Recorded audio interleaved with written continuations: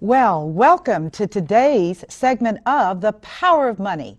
And I am your host, Michelle Graves, known throughout the United States affectionately as the original Money Lady. Since 1976, I have been advising individuals nationally and internationally about economics, personal finance, global trends, and how these things personally impact on you. So I want to welcome you to today's show because it is one phenomenal show.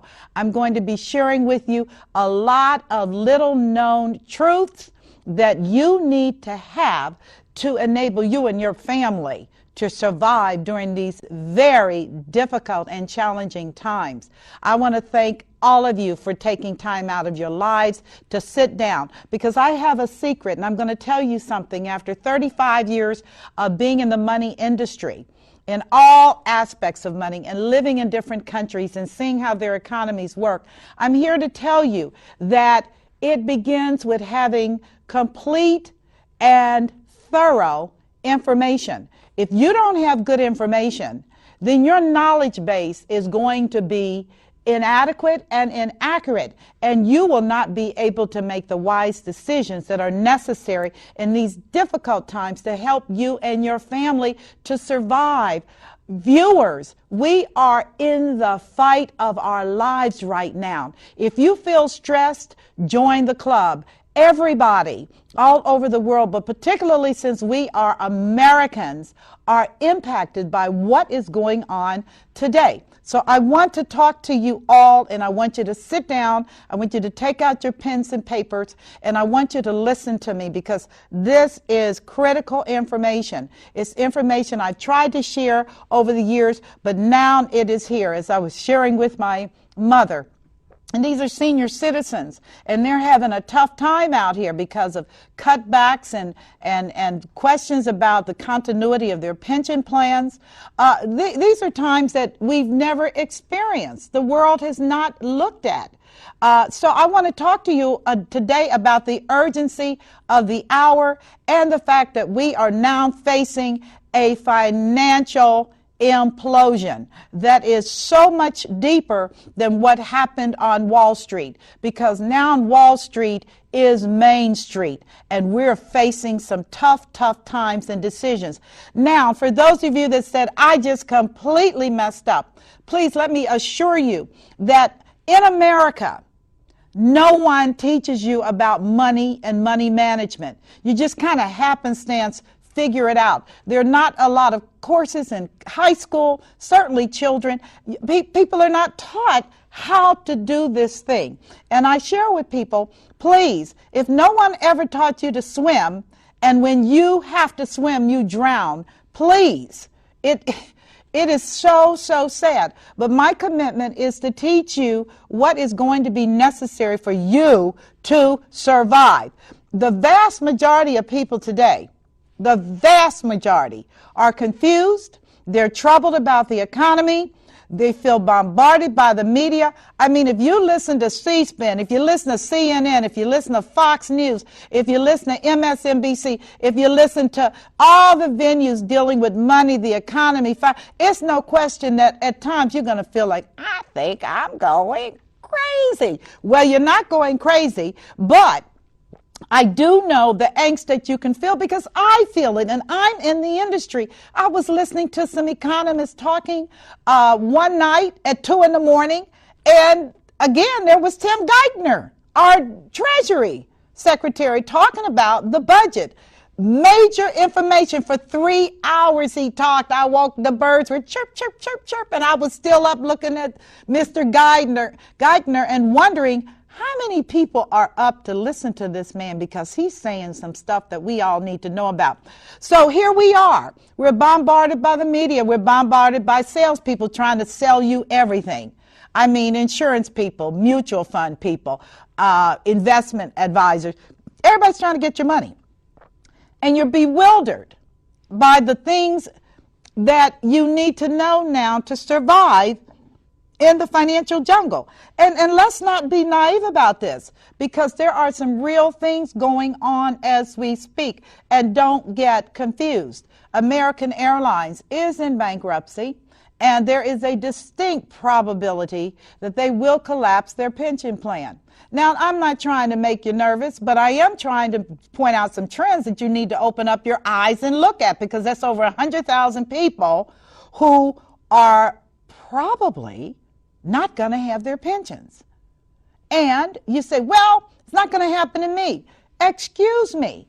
You got to follow the dots. You got to look at the trends. If American Airlines can file bankruptcy to get a reprieve from its obligations and is trying to remove a big expense from its balance sheet, which is pensions and health care, and throw everybody under the bus to save stockholders, then they're going to do it. Watch the trend. This is what I've shared on my Facebook, Twitter, and other venues. Watch the trend. Connect the dots.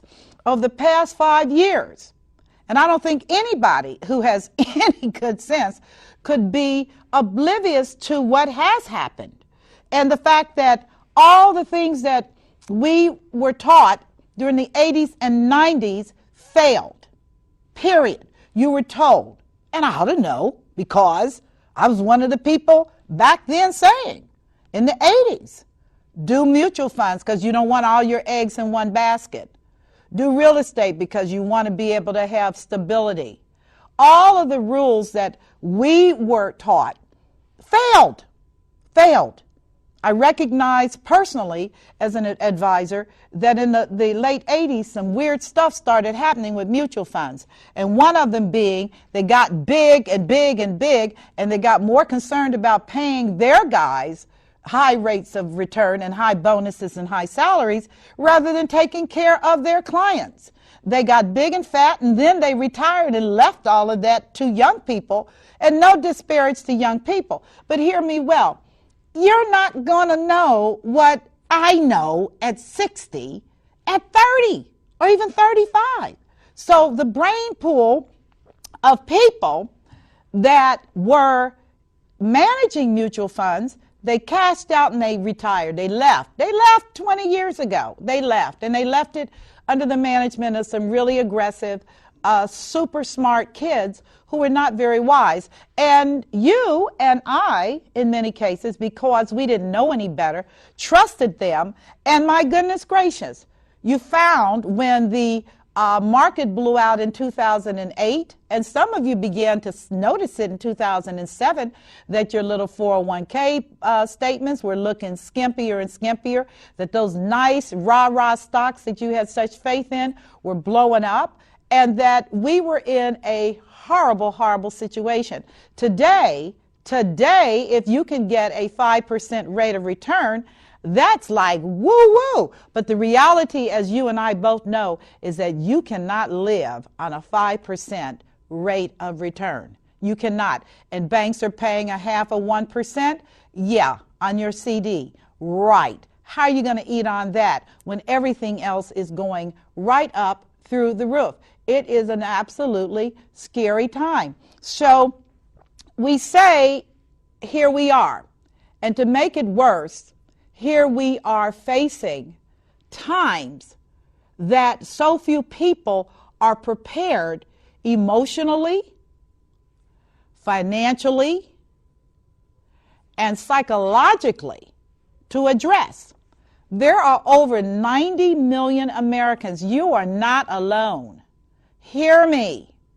There are over 90 million Americans who are in the cooker. Right. I won't even get into the number of people that are long-term unemployed, who are the prospects of them ever working again, save a miracle from heaven, are slim to none. These are honest people. These are good people. They did not expect what happened. So my commitment during this show is to begin to shed some light on the darkness so that you might be able to have the tools that you need to enable you to survive. And I'm so serious about this. And you can say, well, I'm doing good. And I will say to you, you may be doing great for right now, but you never know, because trust me when I say to you that American Airlines and their employees never thought they would be in a situation where their pension plan will probably be collapsed, where their health benefits will be nullified, and where many of them are going to lose their jobs permanently. Why? Because I believe American Airlines is going to parcel itself out, and that investors are going to buy pieces, and they won't have to deal with the union, they won't have to deal with employees, they won't have to deal with pension liabilities, health liabilities, and so there we are. Now, I share all of this, and before I forget, gosh, in case you didn't know, in May, 100,000 postal employees are supposed to be gone. And I'm a little bit nervous about that, because of late, my mail has not been getting where I'm sending it. And I mean, I use Priority, USPS, and I use delivery confirmation. And I figured that was enough to make sure a person's package would get there.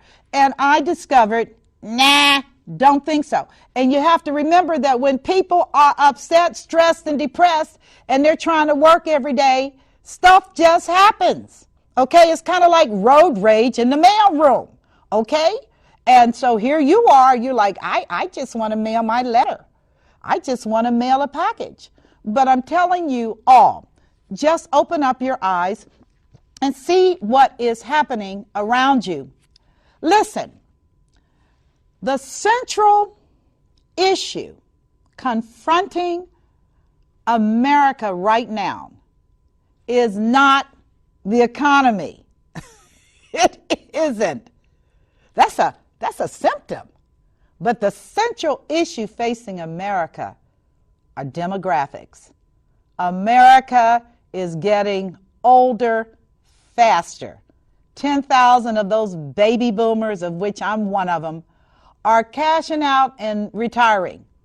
And it is a fact that this was predicted, anticipated, books written about it. Who reads books? But Mr. Dickwall wrote a phenomenal book 20 years ago talking about age wave. Phenomenal book. Read it if you haven't. Go to Amazon.com and get you a copy. But he said that this was the largest aggregate shift in America, the likes of which have never been seen, when you got millions of people coming out of the system and retiring. And here is, I can tell you with absolute certainty and total predictive accuracy, that in the next 3,000 days, you're going to see stuff you never thought you were going to see. All because of what is happening. It's already begun to happen. Here is what's happening with this demographic shift. America is aging. It's creating major ripple effects all over the economy. And you're seeing corporations making moves because, frankly, they don't want old people working for them. Okay? And you can say, but I'm not old. Yeah, you are. Yeah, you are. It's okay. We earned our stripes. But here's the deal. When you age, and I'm a certified senior advisor, I've been dealing with senior citizens since 1999. I am telling you, I am now one myself. But here we are. Over the next 3,000 days, this much is certain. There will be less tax-paying workers. That's truth number one.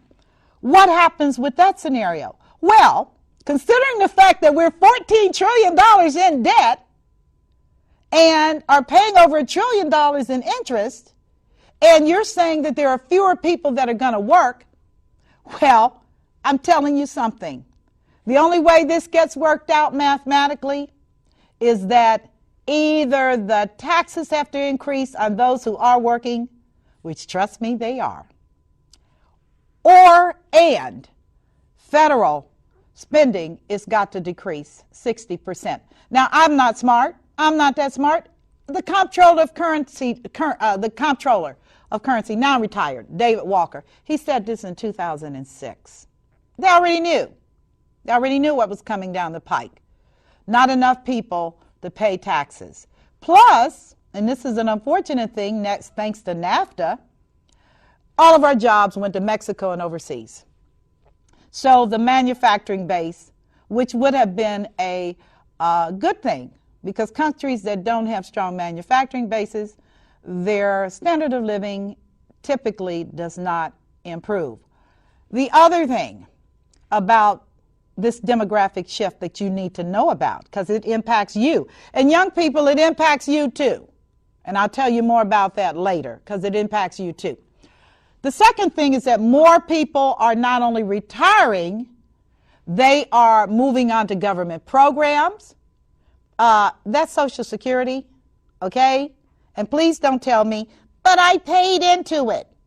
When FDR set up Social Security, he set it up as a safety net to keep people from being desperate and broke in their older years. Social Security is a government program. It comes out of the Social Security Administration. So it's a government program.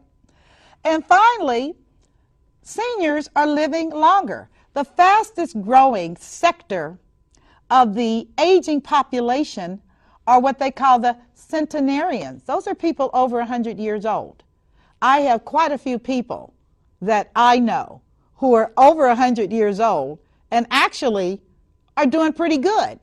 But the question that always goes in my mind is, if the government set up these programs for you to be dead at 62 and you're still living at 100, isn't that a problem?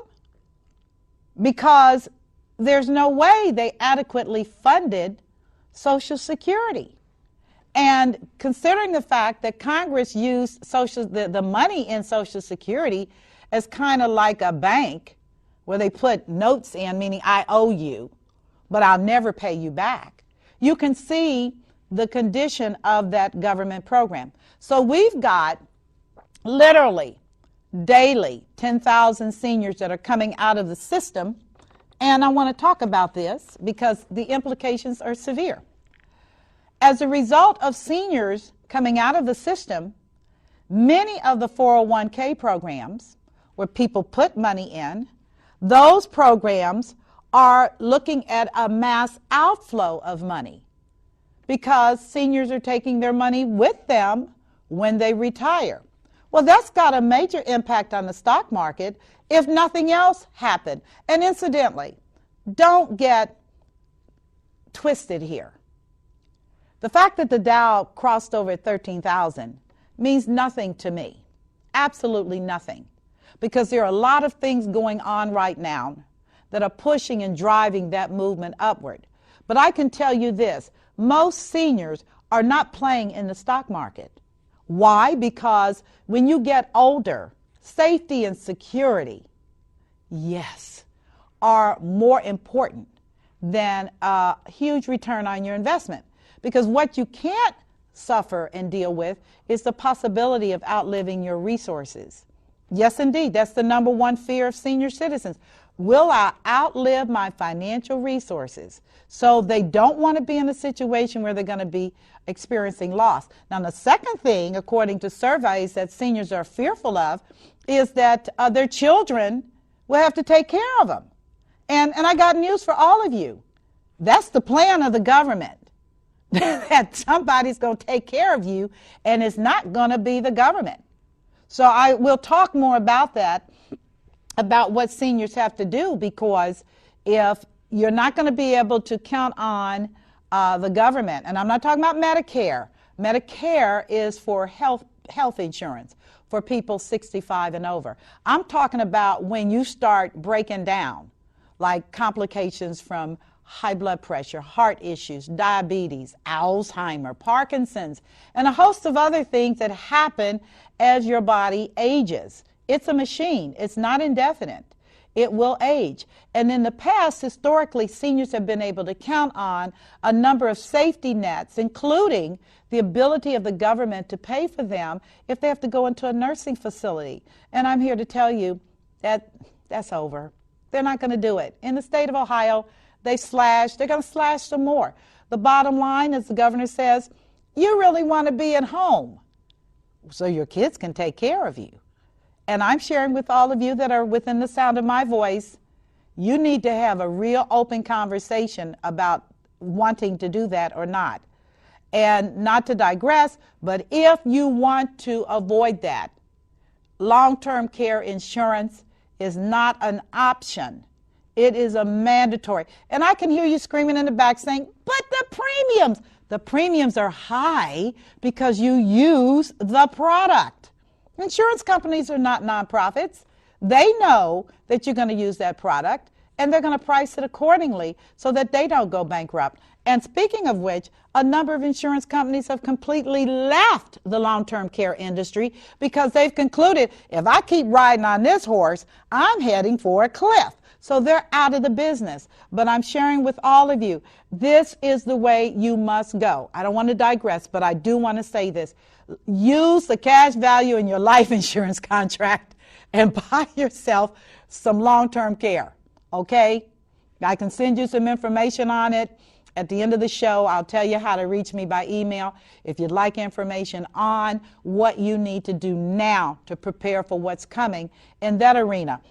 The other thing is, as seniors are aging, the baby boomers are aging, we're going to see more and more pressure on government social programs.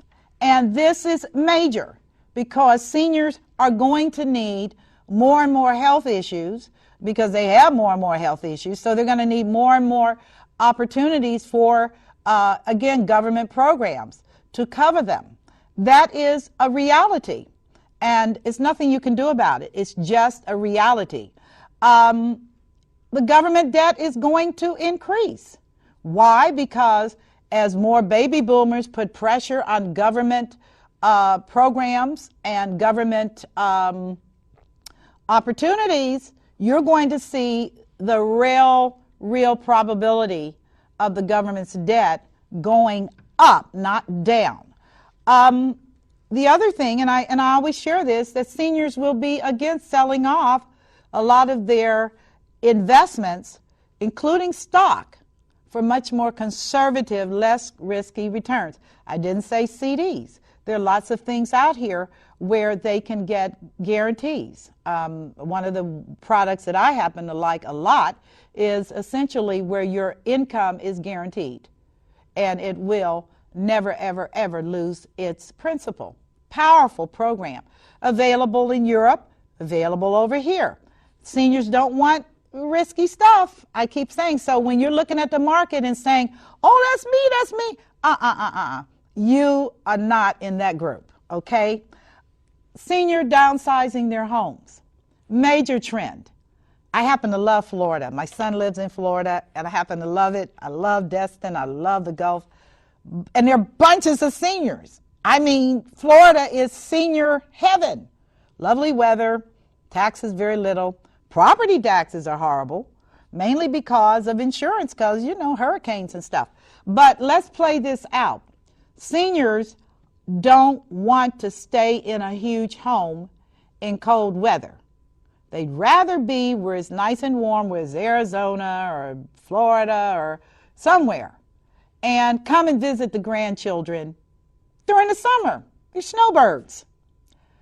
The impact of all of these seniors, and it's already being felt, because remember, the baby boomers are the largest aggregate population group in the United States.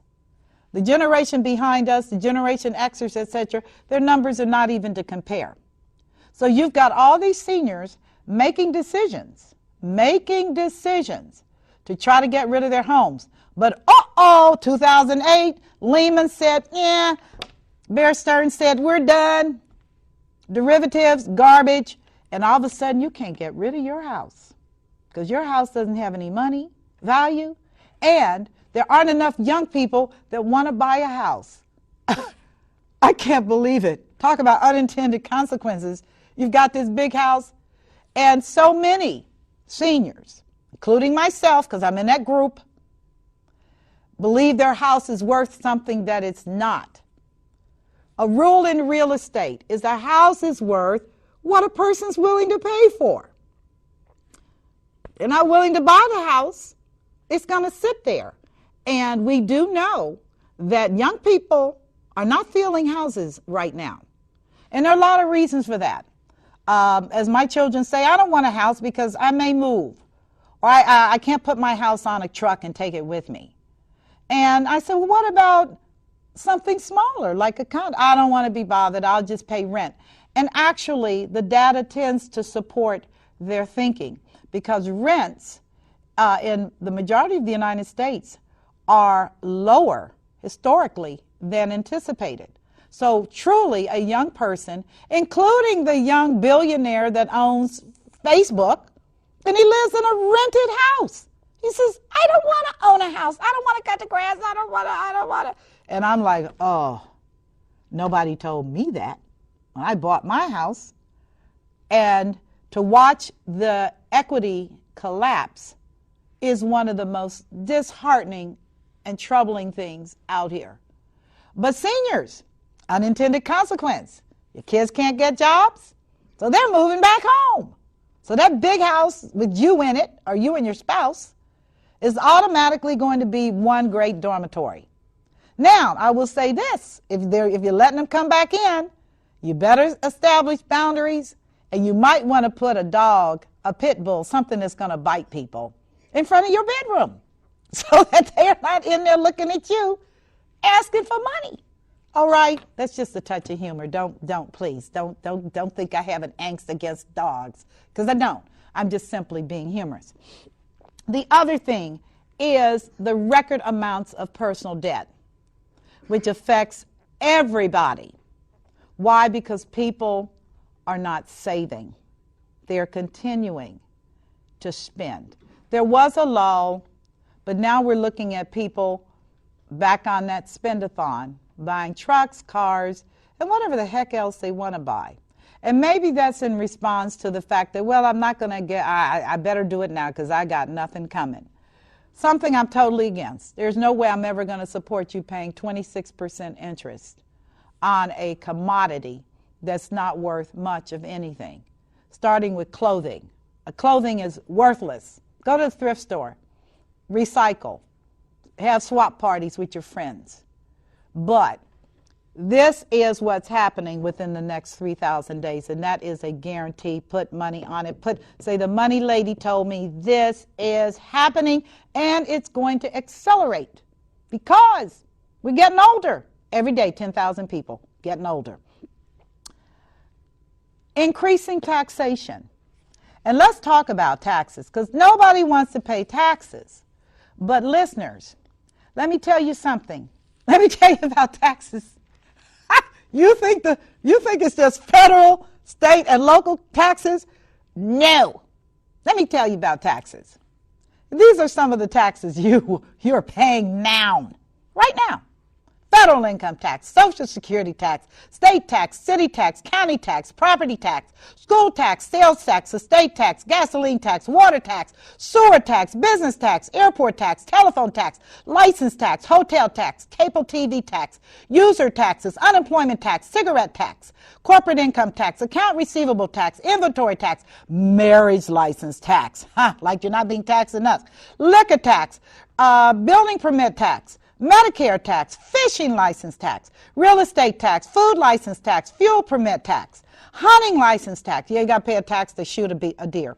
Inheritance tax, road usage tax for truckers. They know what I'm talking about. Luxury tax for buying things too expensive. Recreational vehicle tax for you driving that big RV. Look at the bottom line. You pay the tax on that. Utility tax, septic permit tax, well permit tax, road toll booth tax. If you're in Florida, you know what I'm talking about. Vehicle sales tax, workers' compensation tax, trailer regulation tax, watercraft registration tax, long-term capital gains tax, short-term capital gains tax, telephone federal excise tax. Read your cell phone bill and fall over.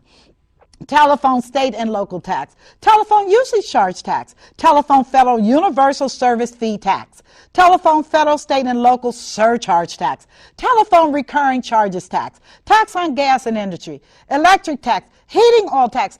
Do you not understand that you don't have any money because they're taxing you to death? And it still doesn't seem to be enough. It doesn't end. It doesn't end. Have you noticed that? It doesn't end. So people are really, when I tell them, I got bad news for you, taxes are going up because they're broke. It's not enough. So you're going to be paying more on everything. When you get a little license, your little car license, which costs $1 for them to make because they use prisoners to do it. But you're going to pay a tax on that one. Okay? And finally, over the next 3,000 days, and listen to me carefully, uncertainty. When is the world craziness going to stop? Market risk, future taxation, terror. Let's talk about market risk, because you know what's going on right now with Iran threatening to do a bomb, and Israel threatening to blow them up. Whoa! Where are you going to go with that one? And of course, Syria is crazy. They're doing a holocaust of their own citizenry. Egypt has an attitude, they're going to imprison Americans who give them millions of dollars of aid. Then you've got the host of numbskulls, nitwicks, and nutheads called the Middle East. And then you've got the United States. And then you've got Europe. And then you've got China, which is like, I'm putting bets on this one. And the Russians are sitting with China saying, do you need us to provide you with another nuclear aircraft or something to make your day? We've got all this stuff going on all over the world. All of it. And I won't even get into natural problems. I am just telling you that there we are with this thing. It's deep. It's so deep I can't even talk about it. But because of all this stuff going on, markets are shaky, people are shaky, corporations have had a phenomenal year because they're in countries where they don't have to pay a lot. And you know what? Whatever happened to taking care of home? Whatever happened to hiring your own people? Buy America. Remember when a favorite #1 retailer used to tell that big lie that all of our things are made in America, when the truth of the matter is they were all being made in China? How do I know? Because I was over there at the time, and I was shocked. I was shocked at all of the corporations, American corporations, furniture companies, textile companies. Everybody's over there. And Buy America, right. Give me a break. I tell you what, we need to tar and feather and whoop them because it's just that disgusting. But here we are dealing with the trends, future taxation, a fact. Doesn't matter who's president. Doesn't matter who we press the little button for. The reality is the baby boomers are here. And it has created such a major shift that people don't know what to go, where to go, what to do. The issue of jobs. I need a job, folks. That's what you say. I need a good job. Well, you know what? I'm going to give you a little heads up. If you need a good job, you better create it for yourself. If you're excellent at baking cakes, you better consider that as a real entrepreneurial push. Which on the positive side, and I have to say this, because I'm not all negative. I'm a pragmatist, bottom line. What economist isn't? We're just looking at what it is and trying to work with what we're going to have to deal with as a reality.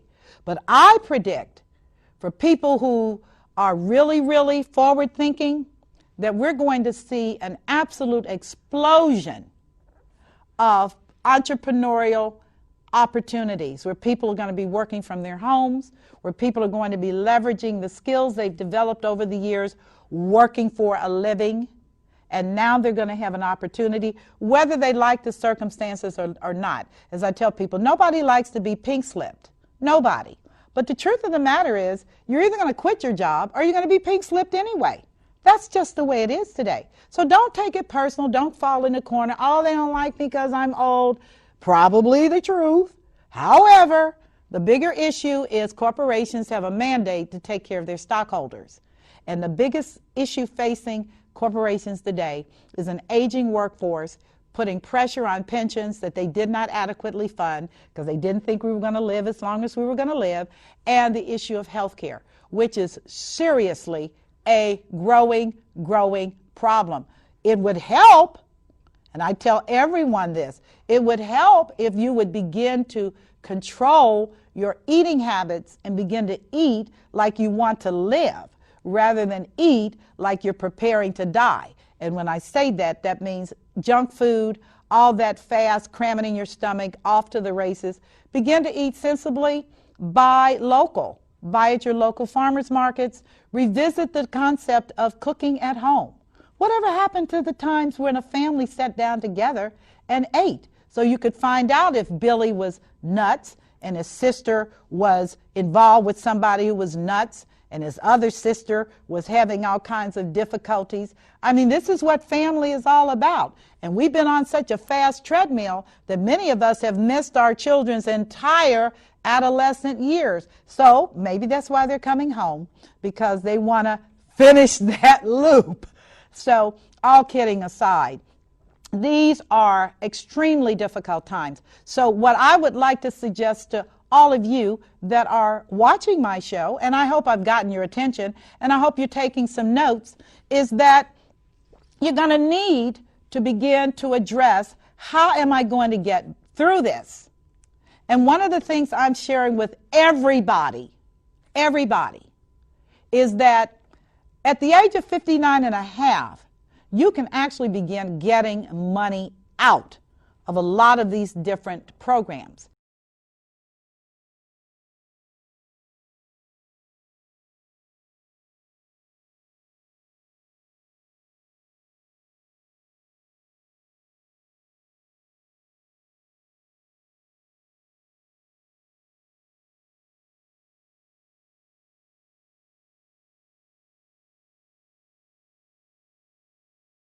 Relationships with former employers. One of the things I'm always frustrated about when I see people come back to companies to pay a visit and see how everybody is doing.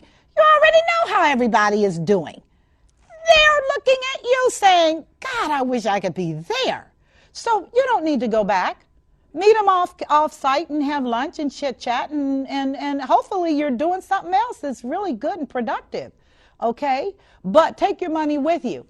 Do an IRA rollover, or better still, do a Roth where you pay your taxes and hopefully the government doesn't play switcheroo and tax your Roth. Because you know something, it's funny thing about legislation, things change. So I would encourage you to do that. The other thing I'm going to encourage all of you that are listening is you look closely at your IRAs and you see what kind of returns you're getting on those monies. And if you're in the market, shame on you. Shame on you. You don't have that many years to play hopscotch. You need to move into something that's safe and guaranteed.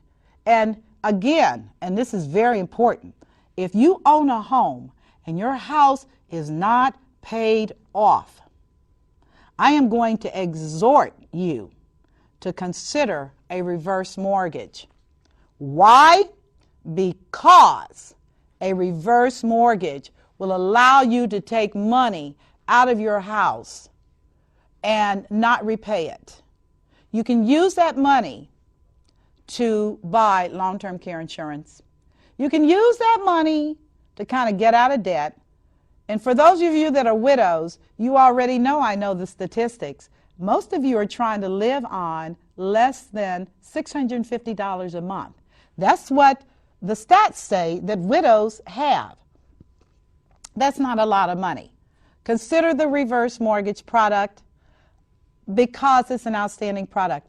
I introduced that product into Ohio 20 years ago. And people were like, oh, the government wants my house. Oh, I'm like, the government does not want your house. But if anybody's willing to give you some money and the house is still in your name and titled to you, then you need to take advantage of that opportunity. You do, period. Because you need the money. Because playtime is over. Now, a lot of you will not be able to qualify for a reverse mortgage because you don't have any equity in your home. Want to know about equity in your home? Visit the website Zillow, ZILLOW.com. Oh, moment of truth. Do not pass out when you find out what your house is really worth. But lenders look at that data to determine value. And you need to look at that value to find out whether or not it's going to be worth it for you to try to take advantage of this federally insured program. And I will also say, don't sit around like you got all day. The government's broke. That is a federally insured program under FHA. FHA's in trouble, solvency, considered insolvent. So if you can get in, get in. Don't sit around and debate, oh, what am I going to do? I just told you what to do. Get your affairs in order. Look at what you have. Look at your assets. Get out of debt if you're in debt. And by all means, shoot me off an email. Give me a call. Maybe I can help you and show you some things that you didn't know. But again, the bottom line is this trend is not going to change. The next 3,000 days, this is a fact, this is a given, and you're going to have to deal with that as a reality. I didn't say with depression because depression just shuts you down. But you have to look at this as an opportunity and a challenge that I have to deal with, that I have to move forward with. I have to take care of my family. I got to take care of myself. That's all of us. The government's not going to take care of us. And you know what? I read an interesting statistic.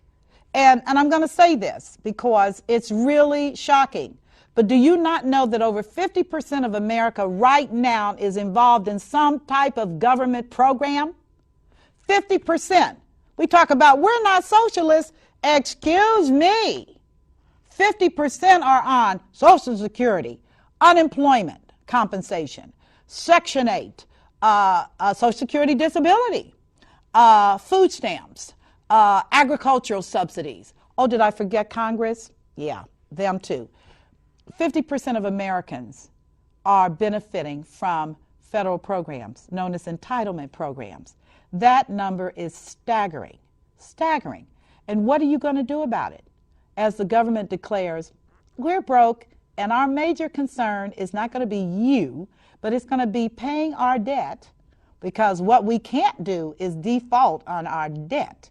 Because if we default, we become a pariah nation, and nobody will want to do business with us. And that has not happened because the world actually believes that the United States will do what is necessary, hoping it's not like Greece, but we will do what is necessary in terms of the cutbacks to our sacred cow programs, including the Department of Defense, $500 million. I'm telling you, at the point they're willing to cut the Department of Defense to balance the budget, you better believe they're going to throw you up under the bus too. So you need to just come alive and say, what am I going to do to make sure that I can get through this period? And I send you much love. I'm not sitting here saying this with any kind of pride. My position is that we have made promises as a nation. Alan Greenspan, former head of the Federal Reserve, said this in 2004. He said, we've already made promises to coming generations that we will not be able to fulfill. I don't know about you, but I do not feel that my grandchildren are responsible for carrying the weight of the idiocy of our generation. There's something about that I don't like, okay? So I say to all of you, tough times, yeah, Challenge times, yes, but opportunities galore. It's all about how you leverage the money you have right now. And in my next show, I'm going to talk about that. I'm going to talk about how you can begin to leverage everything you have. Now, I just gave you one leverage tip, and that was, if you have equity, consider a reverse mortgage. If you don't have resources. And if you do have resources, maybe you don't want to tie them up. Maybe you want to do something else, like legacy plan or long-term care. But that's one freebie I gave you today. Reverse mortgage. Leverage what you have available. Tip number 2, live within your means. Now, that sounds intuitive. Why wouldn't I live within my means? Because according to statistics, Americans aren't. We still are spending. We are still not leveraging the power of the money we have. Remember a money rule. Once money is gone, unless it's invested, money does not come back. Money spent is gone. So look at how you make your spending decisions.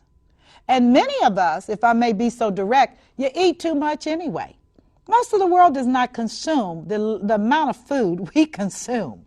We consume a lot of food. We snack on everything. We're constantly feeding this thing. May I submit to you, stop eating so much. You won't have to go on a diet. You will lose weight and you'll feel better. You absolutely will. Another quickie freebie tip for those of you that are listening. Take advantage of the power of internet on everything, including selling things. You got stuff in your house you need to get rid of. Get rid of it. Okay? Get rid of it. Move on. Do something else. Get rid of it. Okay? You can take advantage of Craigslist. You can take advantage of eBay. You can take advantage of a lot of venues that are available so that you can sell your stuff. Gold is real popular today, trying to get rid of gold. I tell folks, hold on to your little jewels because gold is going to go a whole lot higher. And the little money that they were going to offer you today, a year from now, trust me, it's going to be double. Because gold is going that way. Why? Because remember I said earlier, market uncertainty and global risks, including terrorism. We may have killed the crazy looking guy with the long beard, but he's got lots of children and grandchildren that are all over the place. And really, it's kind of like, well, I'm glad we got rid of him because he was a bad boy. But we still have to deal with the fact that havoc is being rendered all over the world, including in our country. We have no idea how many situations are being intercepted right now by our FBI and by our CIA. All of them are part of Homeland Security to protect us. We don't know. And you know what? I don't want to know. It suffices that we have men and women that are committed to making sure that we have a United States of America.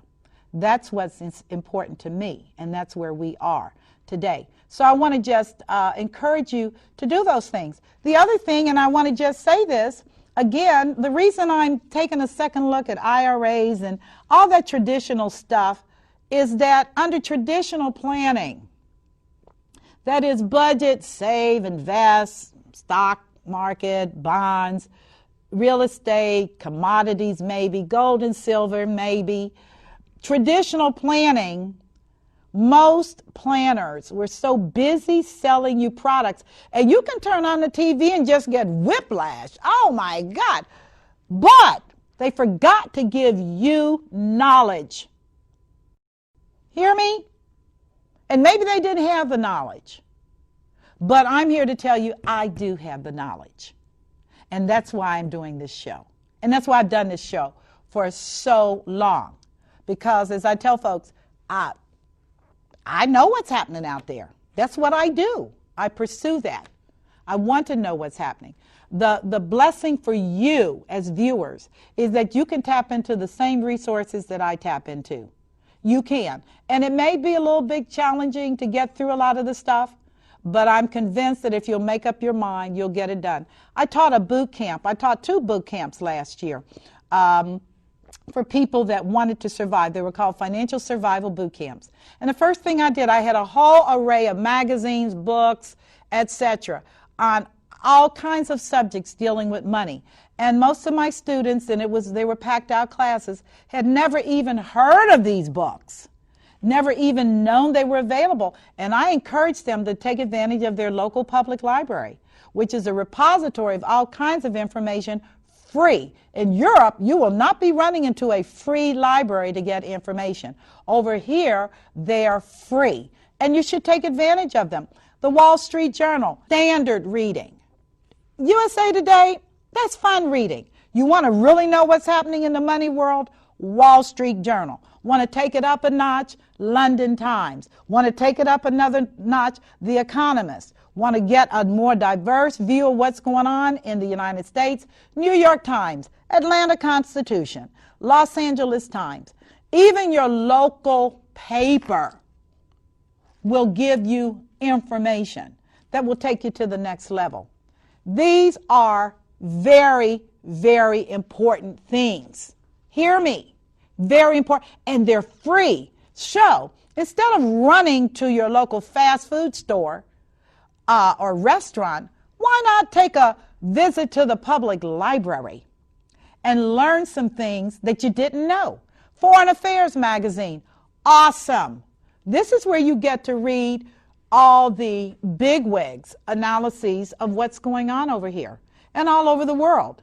Awesome information. Free. Free. So, money rule, if you don't use your brain, you lose it. You will. If you don't keep yourself active and alive and alert, you will be broadside. And for those of you that have cable, please avail yourself of C-SPAN. And if you have computer or radio, please listen to NPR News. Please. Awesome, awesome, awesome for information. NPR, C-SPAN, third-party commentators. When you're looking for more than the clack and the cluck of garbage news. And again, I say you can check out internet, but please be cautious on internet. And here's the issue. There's a lot of clutter on internet. Make sure you're reading from reliable, credible sources. Politico is a blog where you'll get a lot of people expressing opinions, diverse opinions, but they're there. There are other venues for opinions. Please take advantage and read them. You say, well, gosh, if I do all this reading, when do I have time to work? And that's my point. If you will manage your life properly, you can begin to build an information and database so that you won't have a surprise. And again, the big surprise, which was not a surprise for my students, is that I predicted last January that by this time this year, that gas was going to be over $4 and that it was going to be heading higher. And voila, a year later, here we are. And viewers, I got news for you. Gasoline is heading higher.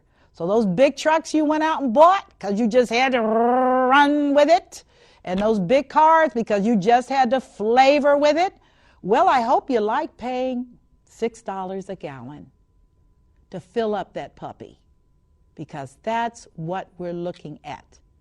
And my challenge to all of you is that information was out there actually 5 years ago, predictively. But more recently, a year ago. If you can remember, 2 years ago, we were paying $1.86 a gallon for gas. 2 years ago. Who would have thought? And then I say to you, oh, wait a minute. There are some people that actually knew this was going to happen. And mind you, I can't hoard gasoline. That would be awful. But I'll tell you what I did do. I got rid of my Lexus. Can you believe that? Because I didn't want to do a V8, and I bought a fully paid for, totally gas conserving vehicle that gets something like 35 miles a gallon. And frankly, my next move is, folks, a scooter. A scooter. Because when I was in China, everybody had a scooter and everybody had a motorized bicycle. And so it didn't bother them what the gas prices were, because you can ride a scooter for like a month and a half on such an insignificant amount of gas. It's not funny. So you say, well, I don't want to do a scooter. I look crazy on a scooter. Your pocketbook won't look crazy on a scooter. Your pants' pockets won't look crazy on a scooter. I'm just trying to stretch your thinking so that you will begin to prepare properly for the times. And I encourage all of you, I have an excellent report I'm willing to send out free to those of you that are viewing on Social Security. Major changes, and you need to be aware of it. There's no charge, there's no obligation. Just make sure that you contact me, email me, and on my website, and say I'd like that report, and I'll make sure that you get that report. As I wrap up today's Power of Money, where we talked about the greatest shift in America is demographics. It's not the economy, it's the baby boomers. And we're tearing up everything. We're changing everything. So don't be afraid. Be open to the change. Order your steps. Get the necessary information you need, including listening to my show, and begin to develop a knowledge base that will make you confident as we walk through these very turbulent times. I thank all of you for having taken time out to listen to me, and I really do appreciate you being a supporter of the Power of Money. I am Michelle Graves, and I am the Money Lady since 1976. And again, you have an amazing week, and you make sure you tune in next week. Thank you so very much, and God bless you all.